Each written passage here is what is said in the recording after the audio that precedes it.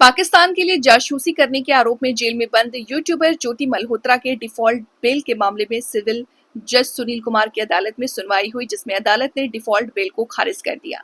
ज्योति के मामले में अगली सुनवाई 10 सितंबर होगी। पुलिस के 3 प्रार्थना पत्रों में से 2 को स्वीकार कर लिया है, 1 को आंशिक तौर पर स्वीकार किया।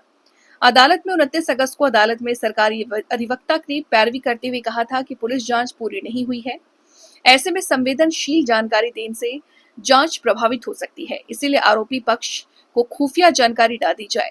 ज्योति के अधिवक्ता कुमार मुकेश ने ज्योति मल्होत्रा के लिए डिफॉल्ट बेल की याचिका दायर की थी, जिसकी सुनवाई आज हुई।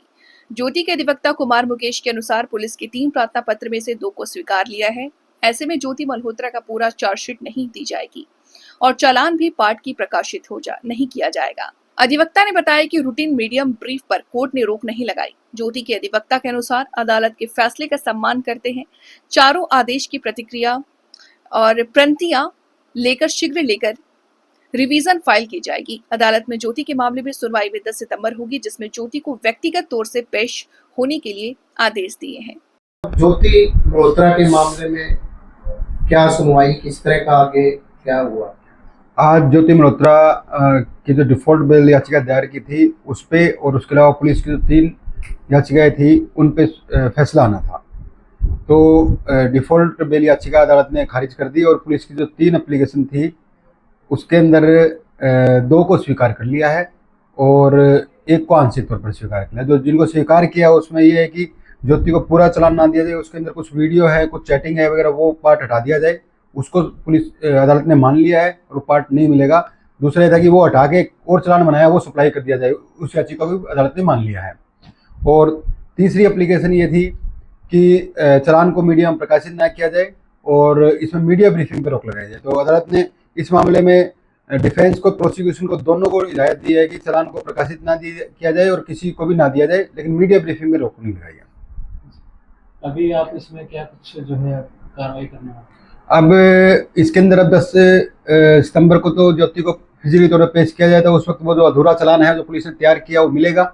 और उसके अलावा कल मैं इसकी नकल की डिमांड करूंगा और इन ऑर्डर्स की, चारों ऑर्डर्स की नकल लेके इनके खिलाफ रिवीजन याचिका दायर की जाएगी।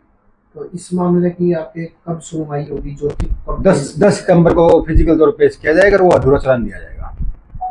ज्योति के पिता की ओर से शिकायत दी गई थी कई जगह, उनका कोई अभी कोई जवाब नहीं आया है और कुछ वो प्रोसेस होता है, उसमें पहुंचने के बाद में कुछ पता नहीं कहाँ कैसे लिखते हैं, और सिस्टम कई बार आता है कई बार नहीं आता है। तो लगातार कोर्ट की लंबी कार्रवाई चल रही है आज।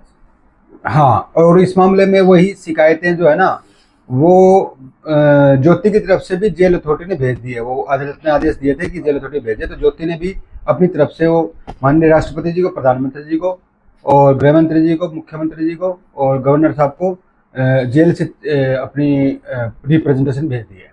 तो ज्योति पे क्या आरोप लगे थे, कब मुकदमा दर्ज हुआ?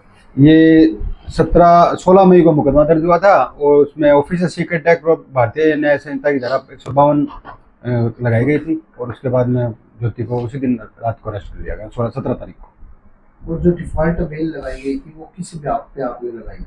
एक्चुअली में पुलिस ने जब ये जो एप्लीकेशन लगाई थी कि इनको अधूरा चालान दिया जाए, तो उस एप्लीकेशन का मैंने विरोध किया, रिप्लाई भी दिया। उसके बाद में जब उस एप्लीकेशन पे बहस हो रही थी तो पुलिस ने बोला कि हमारी इन्वेस्टिगेशन कंप्लीट नहीं हुई है, और पुलिस के एडवोकेट ने बोला। और उसके बाद में बोला कि अगर ये जो हम बोल रहे हैं वीडियो और चैटिंग अगर ये दे दी जाएगी अक्यूज को तो इससे हमारी इन्वेस्टिगेशन हैम्पर होगी। तो मुझे मैंने बोला कोई बात नहीं, जो पुलिस बोल रही है कोई बात नहीं, लेकिन जब इन्वेस्टिगेशन कंप्लीट नहीं है तो मेरे अक्यूज का राइट बनता है डिफॉल्ट बेल का, क्योंकि इस मामले में पुलिस को 90 दिन के अंदर पूरी इन्वेस्टिगेशन कंप्लीट करके चालान देना था। अब पुलिस ने 14 अगस्त को 90 दिन पूरे हुए थे, चालान दिया तो अधूरा चालान था। और जब कोई किसी मामले में अधूरा चालान दिया जाता है तो डिफॉल्ट बेल का उसका राइट बनता है, यानी कि जो चालान दिया गया है वो सिर्फ डिफॉल्ट बेल के राइट को दूर करने के लिए, वो राइट ना मिले अक्यूज को, सिर्फ इसलिए चालान जल्दबाजी में अधूरा चालान दिया है। तो मेरा यही प्ली थी कि जब अधूरा चालान दिया गया सिर्फ इस बेल के राइट को हटाने के लिए कि वो बेल का राइट ना मिले, तो ये ऐसी टैक्टिस नहीं चलती। ऐसे कई मामलों में मान लीजिए सुप्रीम कोर्ट ने, हाई कोर्ट ने जजमेंट दिया है कि ऐसे टैक्टिस नहीं चल सकती, आपको या तो इन्वेस्टिगेशन कंप्लीट करनी पड़ेगी। तो अब कोई नहीं, इसके खिलाफ लड़ाई लड़ी जाएगी। आगे रिवीजन दाखिल की तो जाएगी। चार्जशीट की कॉपी कब हासिल की जाएगी? पूरी चार्ज की कॉपी देखो, अधूरी कॉपी 10 सितंबर को मिल जाएगी, और अब जो ऑर्डर हुए हैं अधूरी के, उसके लिए हम रिवीजन दाखिल करेंगे, क्योंकि ये ऐसा भी पॉसिबल नहीं है ना किसी को अधूरा चालान दिया जाए और वो अपना डिफेंस कैसे तैयार करेगा। जो जैसे इनका पुलिस का जो केस है वो सारा चैटिंग पे आधारित है कि चैटिंग की है, ये किया है, वो किया है। अब वो ही नहीं मिलेगा तो हम क्या डिफेंस तैयार करेंगे, क्या होगा। तो ये मतलब जस्टिस नेचुरल जस्टिस के खिलाफ है, इसके खिलाफ अपील दायर की जाएगी, रिवीजन दाखिल की जाएगी।